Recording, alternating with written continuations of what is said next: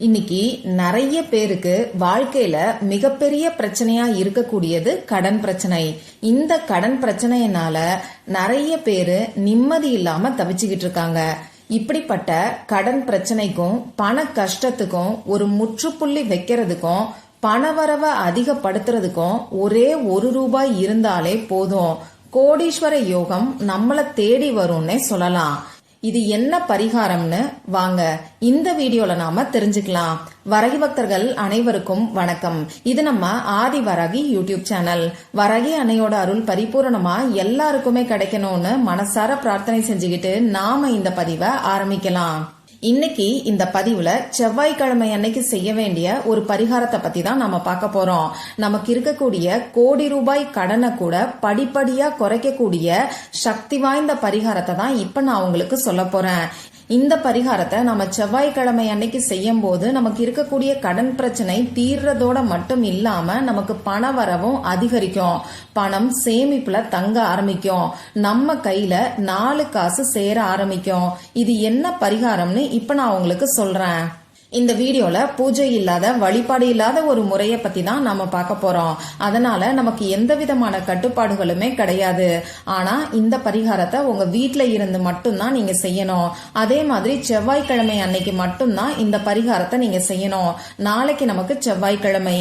நாளைய நாள்ல இந்த பரிகாரத்தை செய்ய முடியாதவங்க, இந்த வீடியோவை லேட்டா பார்த்தவங்க என்ன பண்ணலாம்னு பாத்தீங்கன்னா, ஒவ்வொரு வாரமும் வரக்கூடிய செவ்வாய்க்கிழமைகள்ல நீங்க இந்த பரிகாரத்தை செய்யலாம். அதே மாதிரி இந்த பரிகாரத்தை ஒரே ஒரு முறை மட்டும் நீங்க செஞ்சாலே போதும், அதுவே உங்களுக்கு நல்ல பலன்களை கொடுக்கும். திரும்பி திரும்பியும் ஒவ்வொரு வாரமும் செவ்வாய்க்கிழமையில செய்யணுங்கிற அவசியம் கிடையாது. ஆண்கள் பெண்கள் யாரு வேணாலும் இந்த பரிகாரத்தை செய்யலாம். பிறப்பு தீட்டு இறப்பு தீட்டு இருக்கிறவங்களும் செய்யலாம். பெண்களுக்கு மாதவிடாய் சமயமா இருந்தாலும் இந்த பரிகாரத்தை செய்யலாம். அசைவம் சாப்பிட்டு இருந்தாலும் இந்த பரிகாரத்தை செய்யலாம். நமக்கு எந்த விதமான ரூல்ஸும் இந்த பரிகாரத்துக்கு கிடையாது. இப்போ இந்த பரிகாரத்துக்கு தேவையான பொருட்கள் என்னன்னு நம்ம தெரிஞ்சுக்கலாம். முதல்ல நாம இந்த பரிகாரத்தை நம்ம வீட்ல சமையலுக்கு பயன்படுத்தக்கூடிய துவரம்பருப்பு டப்பால தான் நாம செய்ய போறோம். அதனால தனியா டப்பா எடுத்துக்கணும், தனியா துவரம்பருப்பு எடுக்கணுங்கிற அவசியம் கூட கிடையாது. அடுத்ததா இந்த பரிகாரத்துக்கு தேவைப்படக்கூடிய முக்கியமான பொருள் என்னன்னு பாத்தீங்கன்னா ₹1 நாணயம். இந்த ₹1 நாணயத்தை இந்த பரிகாரத்தை செய்யறதுக்கு முன்னாடியே மஞ்சள் கலந்த தண்ணீர்ல அலசிட்டு ஈரமில்லாம சுத்தமான துணியை வச்சு தொடச்சு எடுத்து வச்சுக்கோங்க. அடுத்ததான் இந்த பரிகாரத்துக்கு நமக்கு தேவைப்படக்கூடிய இன்னும் ஒரு பொருள் என்னன்னு பாத்தீங்கன்னா, பிரியாணி இலை தேவைப்படும். கருப்பு புள்ளிகள் இல்லாத கிழியாத பிரியாணி இலையா பார்த்து எடுத்துக்கோங்க. இப்பெல்லாம் நமக்கு கடையிலேயே கிழிஞ்சு போன பிரியாணி இலைகள் தான் நிறைய கிடைக்குது. அதனால முடிஞ்ச அளவுக்கு டேமேஜ் கம்மியா இருக்கிற மாதிரி பிரியாணி இலைய இந்த பரிகாரத்துக்கு நீங்க யூஸ் பண்ணிக்கோங்க. ஏதாவது ஒரு இடத்துல லேசா கிழிஞ்சிருந்தா பரவாயில்ல. இந்த பிரியாணி இலையில எழுதுறதுக்கு பேனாவோ ஸ்கெட்ச் பேனாவோ மார்க்கரோ கிளிட்டர் பேனாவோ நமக்கு தேவைப்படும். ரெட் கலர்ல இங்கு வரக்கூடிய பேனா, அப்படி இல்லைன்னா கிரீன் கலர்ல இங்கு வரக்கூடிய பேனாவை இந்த பரிகாரத்துக்கு நீங்க யூஸ் பண்ணிக்கோங்க. முடிஞ்ச அளவுக்கு ரெட் கலரை பயன்படுத்துறது நல்ல பலன்களை உங்களுக்கு கொடுக்கும். அடுத்ததா நமக்கு ஒரு சின்ன காட்டன் துணி தேவைப்படும். எந்த கலர் துணியை வேணாலும் இந்த பரிகாரத்துக்கு நீங்க யூஸ் பண்ணிக்கலாம்.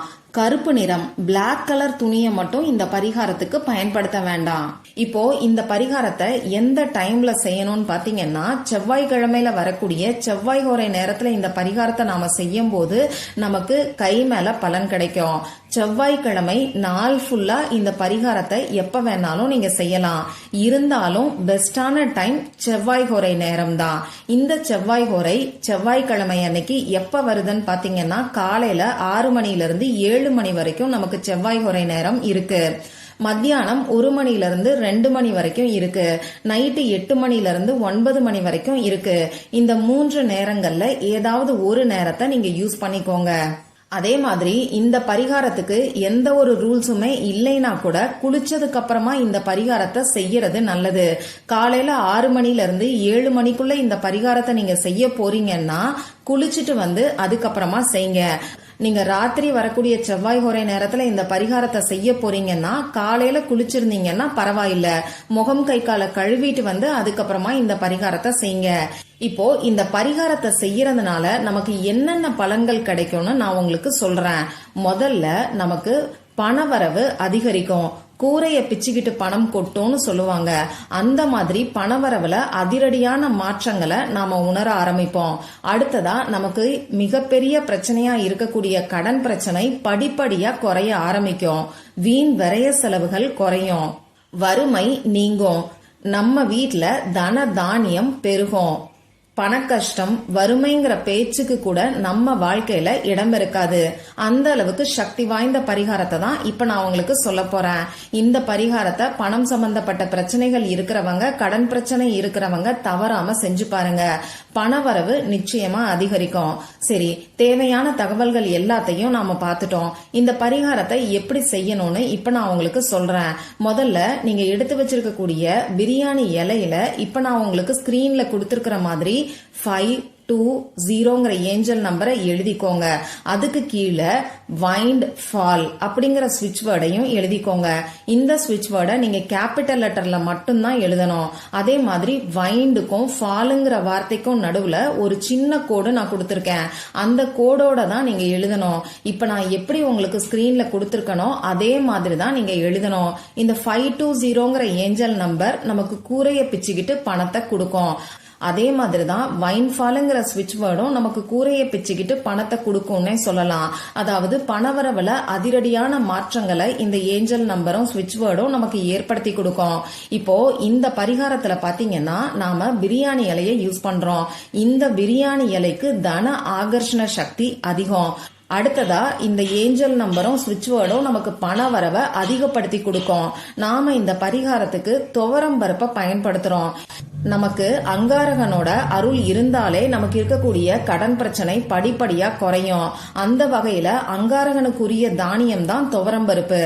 அதனால நமக்கு இருக்கக்கூடிய கடன் பிரச்சனை தீர்றதுக்காக துவரம் பருப்பை இந்த பரிகாரத்துக்கு நாம யூஸ் பண்றோம். அடுத்ததா ₹1 நாணயம். பணம் தான் பணத்தை ஈர்க்கும்னு சொல்லுவாங்க. அந்த வகையில இந்த ₹1 வச்சு பல கோடிகளை ஈர்க்கிறதுக்கான பரிகாரத்தை தான் இப்ப நாம செய்ய போறோம். இப்படி பல விஷயங்களையும் ஒன்னா சேர்த்து சக்தி வாய்ந்த செவ்வாய் ஹோரை நேரத்துல இந்த பரிகாரத்தை செய்யும் போது நிச்சயமா எல்லாருக்குமே 100% ரிசல்ட் கிடைக்கும். அதனால நம்பிக்கையோட ட்ரை பண்ணி பாருங்க. சரி, இப்ப நீங்க எடுத்து வச்சிருக்கக்கூடிய பிரியாணி இலையில ஏஞ்சல் நம்பரையும் ஸ்விட்ச் வேர்டையும் எழுதியாச்சு. முதல்ல இந்த பரிகாரம் செய்ய ஆரம்பிக்கிறதுக்கு முன்னாடியே உங்க குலதெய்வத்துக்கிட்டையும் முருகப்பெருமான் கிட்டையும் மனசார பிரார்த்தனை செஞ்சுக்கிட்டு இந்த பரிகாரத்தை செய்யறதுக்கு ஆரம்பிங்க. இப்ப நீங்க எடுத்து வச்சிருக்கக்கூடிய துணியில நீங்க எழுதி வச்சிருக்கக்கூடிய பிரியாணி இலைய வச்சுட்டு அது கூட ₹1 நாணயத்தையும் வச்சிருங்க. இந்த துணிய ஒரு முடிச்சா கட்டி நீங்க துவரம்பருப்பு வச்சிருக்கக்கூடிய டப்பால வச்சிருங்க.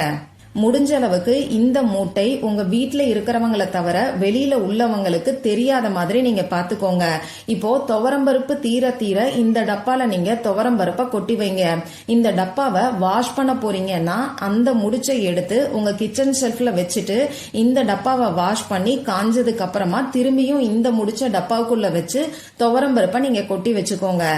இவ்வளவுதான் நீங்க செய்ய வேண்டிய பரிகாரம். இப்போ இந்த முடிச்ச எப்ப மாத்தணும்னு பாத்தீங்கன்னா இத மாத்த வேண்டிய அவசியமே கிடையாது.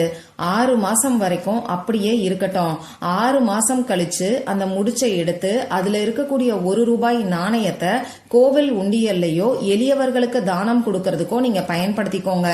அடுத்ததா அதுல இருக்கக்கூடிய பிரியாணி இலையை எடுத்து நீங்க எரிச்சிருங்க.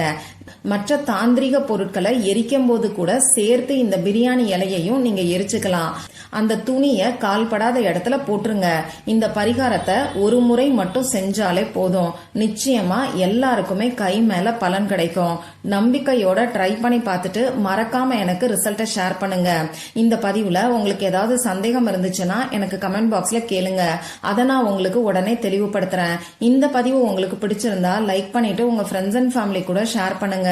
இந்த மாதிரி அந்தந்த நாளுக்கும் நேரத்துக்கும் திதிக்கும் உரிய வழிபாடுகளையும் பரிகாரங்களையும் நீங்க மிஸ் பண்ணாம தெரிஞ்சுக்கிறதுக்கு நம்ம சேனலை மறக்காம சப்ஸ்கிரைப் பண்ணிட்டு பக்கத்துல இருக்கக்கூடிய பெல் ஐகானையும் பிரஸ் பண்ணிக்கோங்க. மற்றும் ஒரு பயனுள்ள பதிவுல நாம சந்திக்கலாம். நன்றி.